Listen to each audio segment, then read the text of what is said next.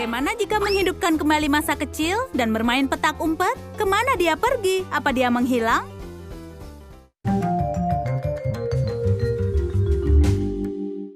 Teman-teman bertemu di halaman untuk membicarakan aturan tantangannya.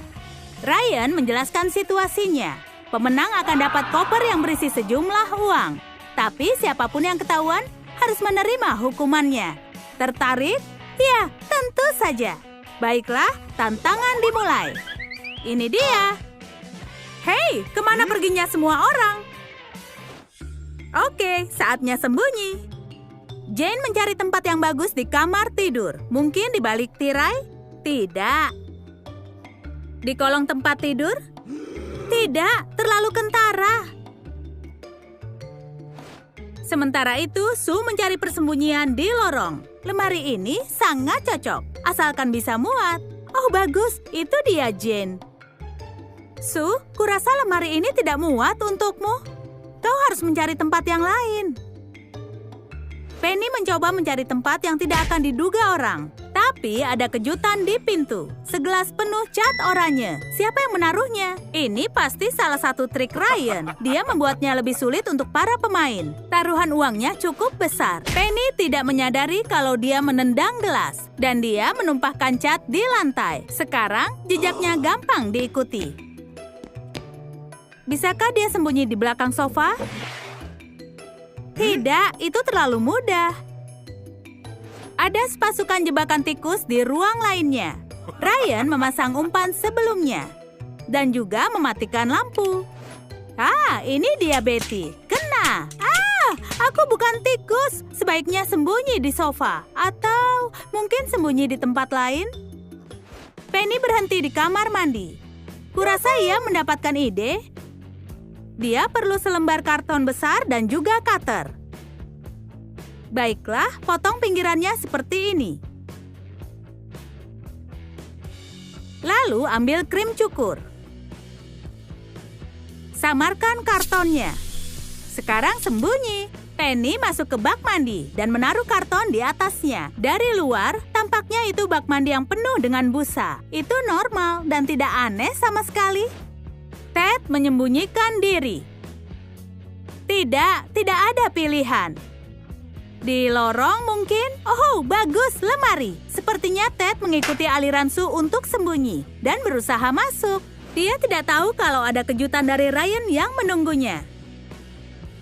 Sebuah balon penuh dengan bubuk cat. Ryan melakukannya lagi.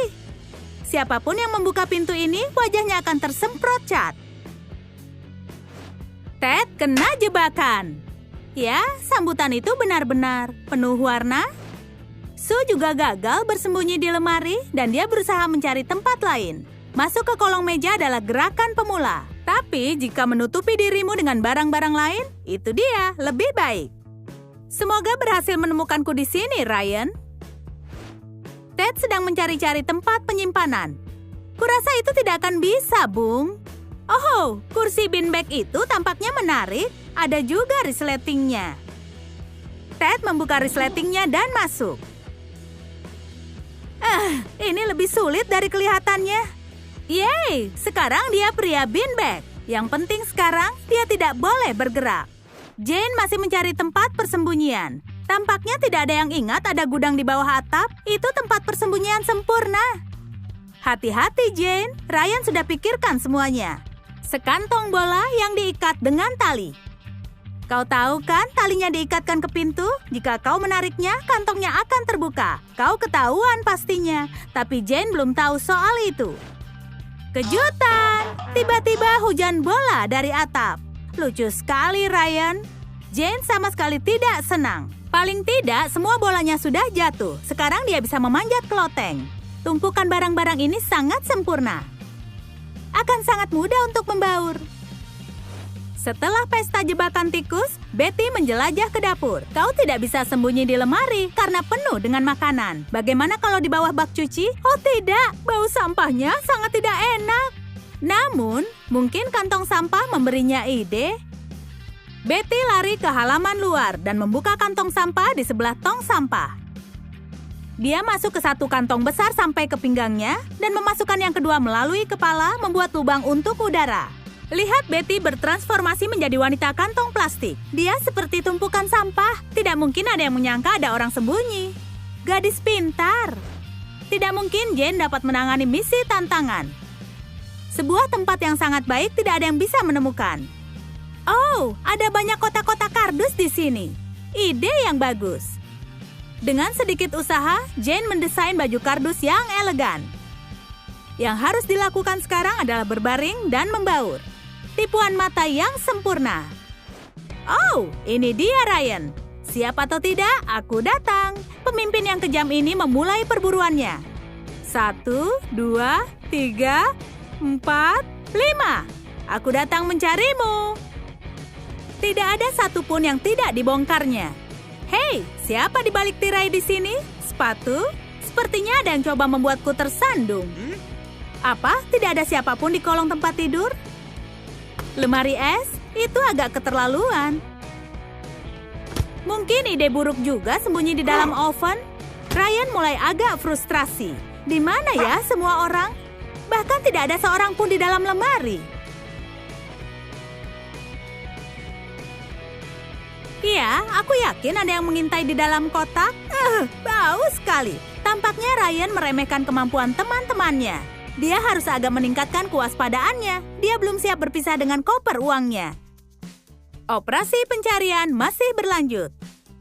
Saat itulah Ryan mendapatkan rencana brilian. Menelpon ponsel teman-temannya. Paling tidak ada satu orang yang lupa mematikan ponselnya. Sue adalah korban pertama. Tempat sembunyinya sempurna, tapi teknologi mengecewakannya. Tragis. Sekarang Ryan mengolok-ngolok gadis malang itu. Dia menjatuhkan hukuman yang tidak menyenangkan. Iuh, menjilat pusarnya yang benar saja. Satu kontestan gugur. Ryan melanjutkan. Dia nyalakan lampu di ruangan jebakan tikus. Dia hampir terkena jebakannya sendiri. Rasakan itu. Apakah itu cat? Ryan mengikuti jejaknya. Kamar mandi. Oh, Penny, awas ya. Ryan tidak melihat ada yang aneh di sini. Apa dia baru memeriksa toilet? Penny mungkin selamat, kecuali ada bukti pada keran. Krim cukur. Ryan berpikir, tapi tidak lama. Tepat di depan mataku. Bak mandi yang penuh busa, tapi itu tipuan. Siapa di dalam sini? Ketemu. Ini korban berikutnya. Kekejaman Ryan belum berakhir. Penny harus memakan bawang mentah. Menjijikkan.